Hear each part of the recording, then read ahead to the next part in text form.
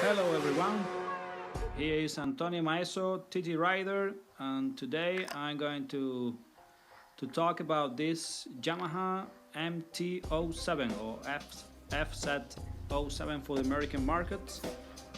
In this video review we are going to talk about details of the bike, several different features of the bike, and then we're going to see how it goes dynamically, and then we're going to put it on the dyno to see how it performs. So this is the basic design of this motorbike, or the first drawings you could see on the internet. And then, well, let's see why the MT-07, why is this race of bikes from Yamaha. This was the first one, the 01, a B-twin with a 1000 engine.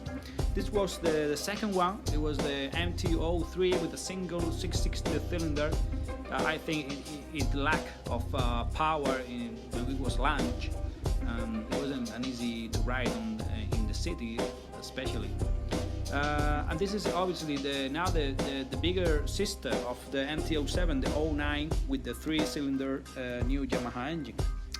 So if we have a look to several details of this bike, the first thing that caught your attention is this spectacular digital dashboard, which gives you a lot of information all in the new digital way. When we talk about brakes, and you can see that this unit has an EBS brake system.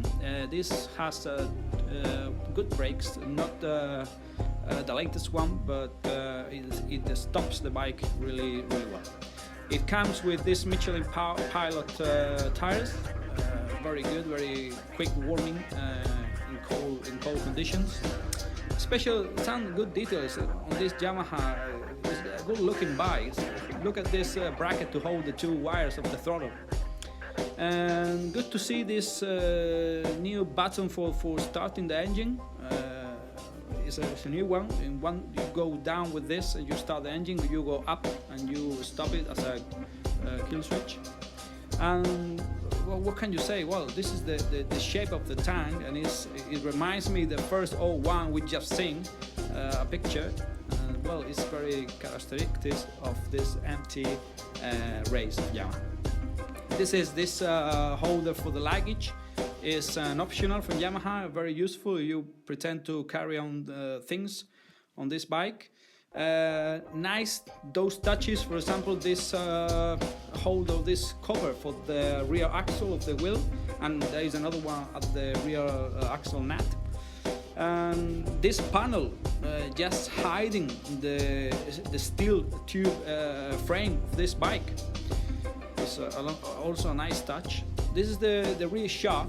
It has a preload adjustment, and it comes, let's say, in a softy setting, which is good, or it goes well with the bike, how it goes. And this is the real saddle for the passenger. Is quite good, good enough. I mean, you're not going to go long trips on this bike, but it's very nice and not in a high height. So this is how it looks when you sit on this nice looking bike.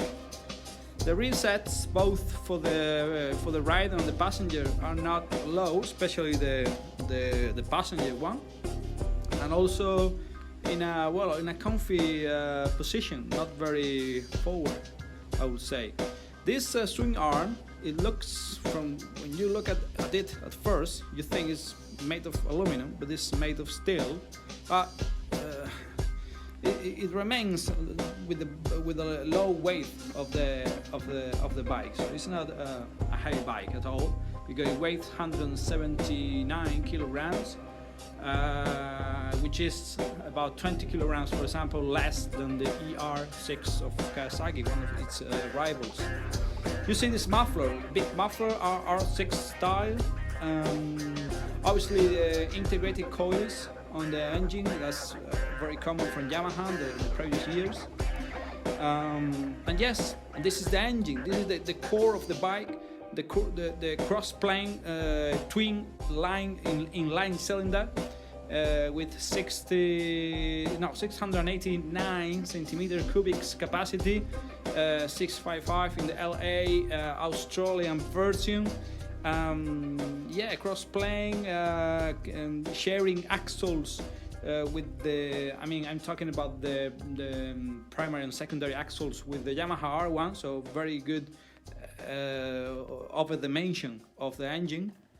And you see the pistons, very modern. And with the cross-plane, what you get is when you shift down, you don't get the inertia of the crank moving itself, pushing the bike. So it's very nice. It's like you don't have any inertia at all when you are shifting down. Well, let's see how it goes when you go for a ride with this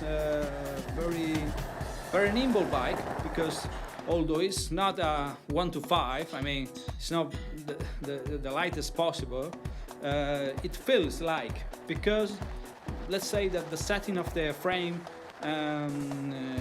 it makes the front wheel feel quite light, so it is kind of a supermoto style. Yamaha hasn't wanted to put much weight in the front, so it's very easy to ride. And the problem you could get with this kind of setting is that it could be a nervous bike, but it is not.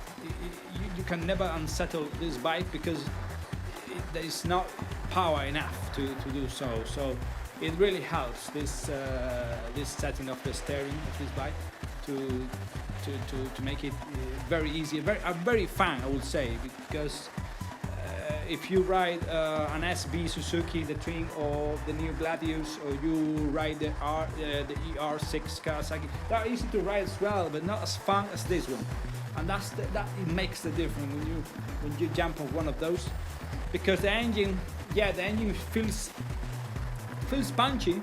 It's torquey, as we're going to see in a moment in the power curve on the dyno.